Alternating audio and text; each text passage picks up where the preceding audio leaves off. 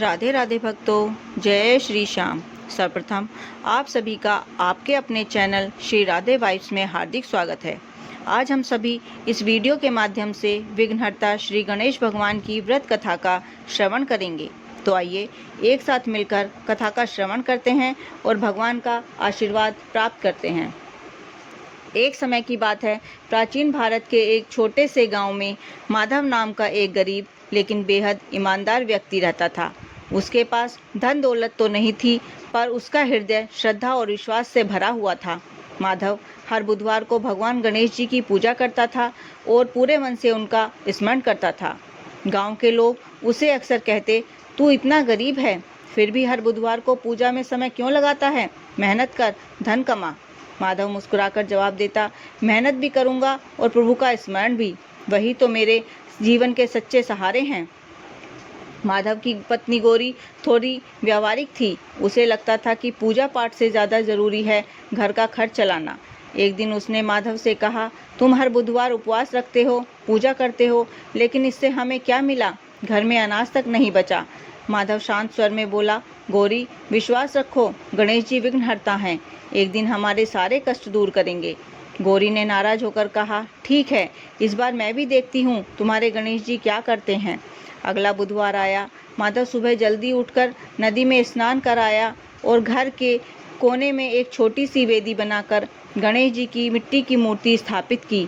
उसने दूर्वा, फूल और थोड़ा सा गुड़ चने का भोग लगाया।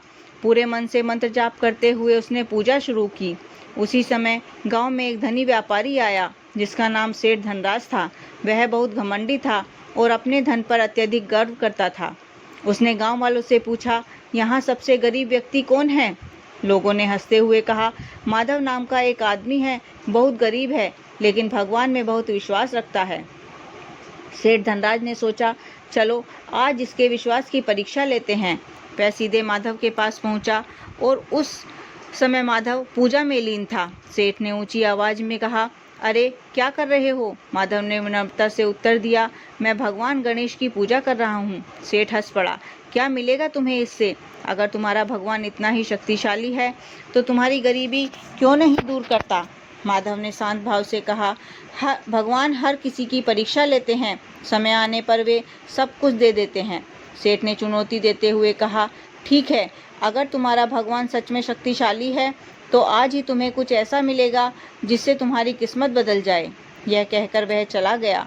गौरी ने जब यह सब सुना तो वह और भी परेशान हो गई। उसने कहा, देखो लोग हमारा मजाक उड़ा रहे हैं। माधव ने केवल इतना कहा, हमें अपने विश्वास पर अडिग रहना चाहिए।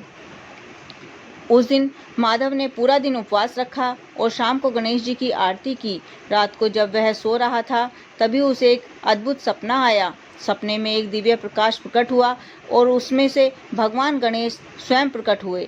उनका स्वर मधुर और करुणा से भरा हुआ था। उन्होंने कहा, माधव तुम्हारी भक्ति से मैं प्रसन्न हूँ। कल सुबह जब तुम जंगल जाओगे तो वहाँ तुम्हें एक पुराना वृक्ष मिलेगा। उसके नीचे खुदाई करना, तुम्हें तुम्हारी किस्मत मिल जाएगी। माधव ने हाथ जोड़कर कहा, प्रभु आपकी कृपा बनी रहे। सुबह उठते ही उसने गौरी को सपना बताया।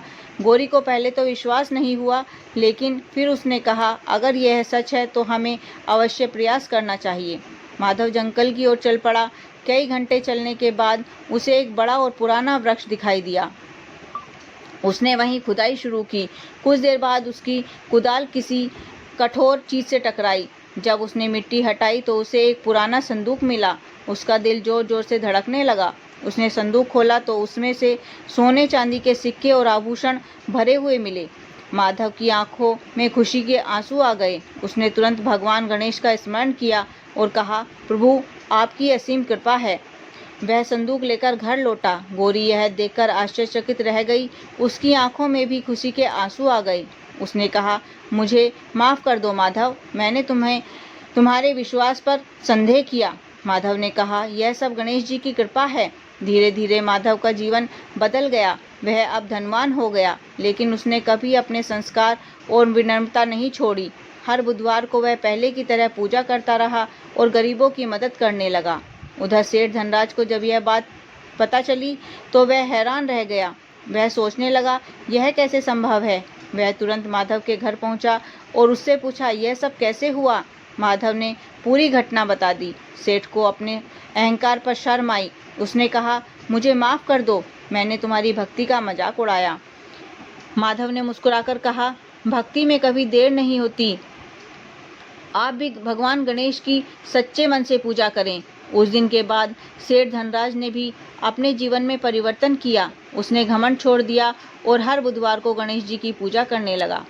कुछ समय बाद गांव में एक भयंकर संकट आया। सूखा पड़ गया, फसलें नष्ट हो गईं और लोग भूख से परेशान हो गए। तब माधव ने अपने धन का उपयोग गांव वालों की मदद के लिए किया। उसने अनाज बांटा, पानी की व्यवस्था करवाई और सबको सहारा दिया। लोगों ने कहा, माधव, तुम सच में भगवान के सच्चे भक्त हो। माधव ने विनम्रता से कहा, मैं कुछ नहीं, यह सब भगवान गणेश की कृपा है। एक दिन फिर से माधव को सपना आया। भगवान गणेश प्रकट हुए और बोले, माधव, तुमने अपने धन का सदुपयोग किया और लोगों की सेवा की, यही सच्ची भक्ति है। मैं हमेशा तुम्हारे साथ रहूंगा। माधव ने हाथ जोड़कर कहा, प्रभु, मुझे बस आपकी कृपा चाहिए। इस प्रकार माधव का जीवन सुख और समृद्धि से भर गया। उसने हमेशा सच्चाई, ईमानदारी और भक्ति का मार्ग अपनाया। भक्तों, इस कथा से हमें यह सीख मिलती है कि सच्ची श्रद्धा और विश्वास से भगवान गणेश प्रसन्न होते हैं। बुधवार का व्रत और पूजा केवल एक परंपरा नहीं, बल्कि विश्वास और समर्पण का प्रतीक है।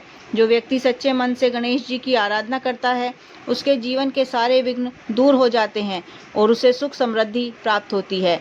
इसलिए हमें भी अपने जीवन में विश्वास, धैर्य और भक्ति को बनाए रखना चाहिए। भगवान गणेश सदैव अपने भक्तों की रक्षा करते हैं और सही समय पर उनकी हर मनोकामना पूर्ण करते हैं।